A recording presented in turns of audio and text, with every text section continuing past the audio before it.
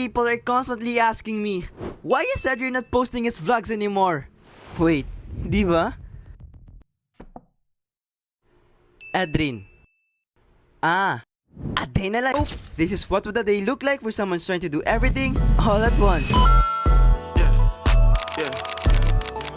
God damn. I got a colorful aura, like I got neon guns. God damn. Like I got neon guns. It's currently 6 o'clock in the morning and pupunta tayo ngayon sa hospital kasi naka-duty kami ngayon doon and yung call time namin is 6:30.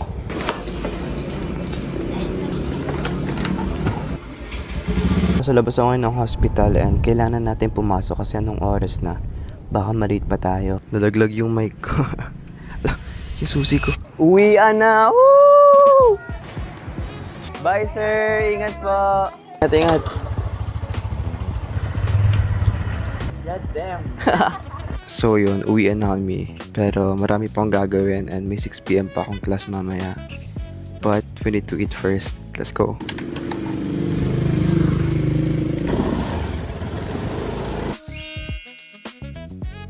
Our first meal of the day guys, tosilog with banana. Di ako nag-breakfast kanina kasi nag-energen lang ako bago mag-duty. Tapos umalis na ako.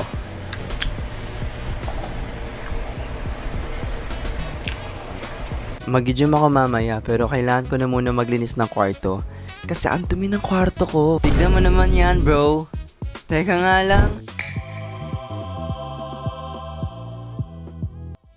Teka, kunin ko lang yung in-order ko.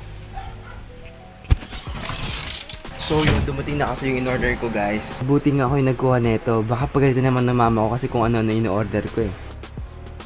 Hi. Wait. Kailangan ko to. Don't get me wrong ha, pero useful naman kasi siya in the future, di ba? For example Kuya, how do you tipid your baon po? Di ba? Useful siya pare, lalo na kung may mga events sa school or kaya pumunta tayo sa BGC pare. Andito pala ako ngayon sa Max Burn Elite kasi almost a week na yun ako hindi nakapag-gym. May elevator na pala sila. This is what I've been waiting to go guys ever since. Kaya nga nagulat ako kasi. May elevator na pala yung Max Burn Elite. Solid to bro. Kasi ayoko na maglakad kapag leg day ako tapos maglalakad pa ako from 5th floor hanggang baba. Dude.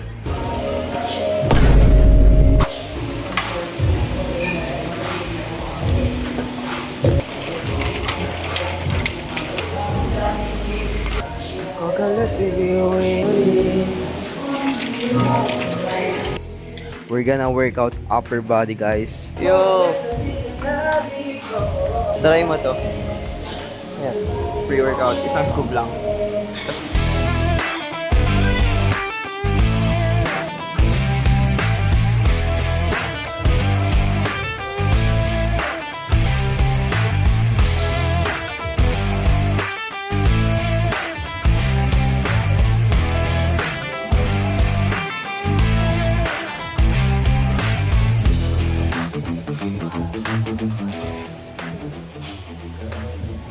Para ako yung taong nag-video lang sa loob ng gym tapos uuwi na.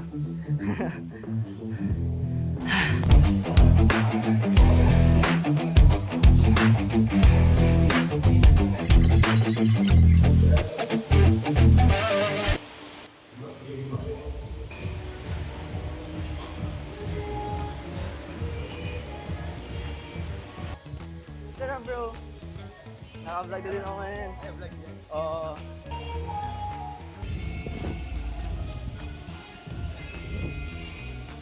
Diba guys? Hindi siya hassle kapag may elevator kasi hindi ka nabababa dito men. May hagdan dito men. And hassle din siya kapag nag-aabutan ng oras katulad nito. Meron akong meeting mga 4 PM. It's actually 3:40 na. Kailangan ko makauwi ng mga before 4. So far, umuulan din po dito pero hindi naman po masyado.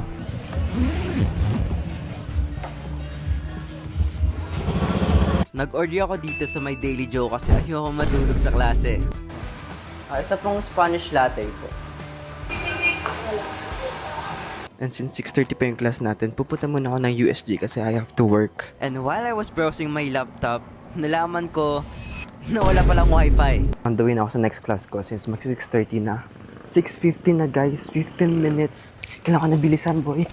Dito pala yung room namin sa SC Building and second floor kami dito sa SC 203. Tara, men. Gadal ka? Mayo kung ano, handbook. May teacher pa baga. Yup, di pa pala tapos yung isang class. Andito na yung teacher namin guys. Payo. Since nagpapatila pa ako kasi sobrang lakas ng ulan, magpa-podcast type muna tayo dito. Gusto ko lang sabihin na, grabe no, parang kailan lang, ayoko pa mag-nursing, tapos ngayon 4th year na tayo, pero may Soc Arts 1 pa ako. At first, grabe, kasi ayoko naman talaga dati mag-nursing. Napilit lang ako ng parents ko na dito sa Medfield, which eventually na nagustuhan ko na rin kasi ang enjoy pala dito sa nursing, no? Kasi both skills and knowledge yung nabibuild mo dito. And syempre yung mga nagiging friends natin inside our classroom. Sila talaga yung dahilan kung bakit na-enjoy ko yung nursing. Kasi isipin mo, way back first year and second year, every after class or every vacant, umuuwi ako kasi wala akong magawa or nag-gym lang ako. Tapos ngayon, kapag vacant, kumakain kami sa second gate ng pansit. Just napakasarap ng pansit sa second gate, man. Legit, tapos 10 pesos lang siya. And guys, mag-join din pala kayo sa mga orgs kasi yung orgs yung mag-enhance pa ng skills and experiences nyo. And napaka-fun niya rin na maranasan kasi currently I have 2 orgs which is the PNSA and the USG. Tapos so far, yung skills ko which is video editing, na-enhance ko siya by, you know, by preparing. Tapos parang, dati kasi hindi ko alam kung ano yung storyboard, basta makagawa lang ako ng script. Okay na yung vlogs ko eh. Tapos nung dito, yung mga video about UNC or about our department, may storyboard siya and actually helpful siya. Naging helpful siya sa akin sa paggawa ng vlog kasi hindi na ako magkakapag kapag kung anong gagawin ko sa video, hindi ko na iisipin on the spot kung ano yung mga shots na kailangan ko. Bro. So yeah, that's all for today guys. See you on the next vlog.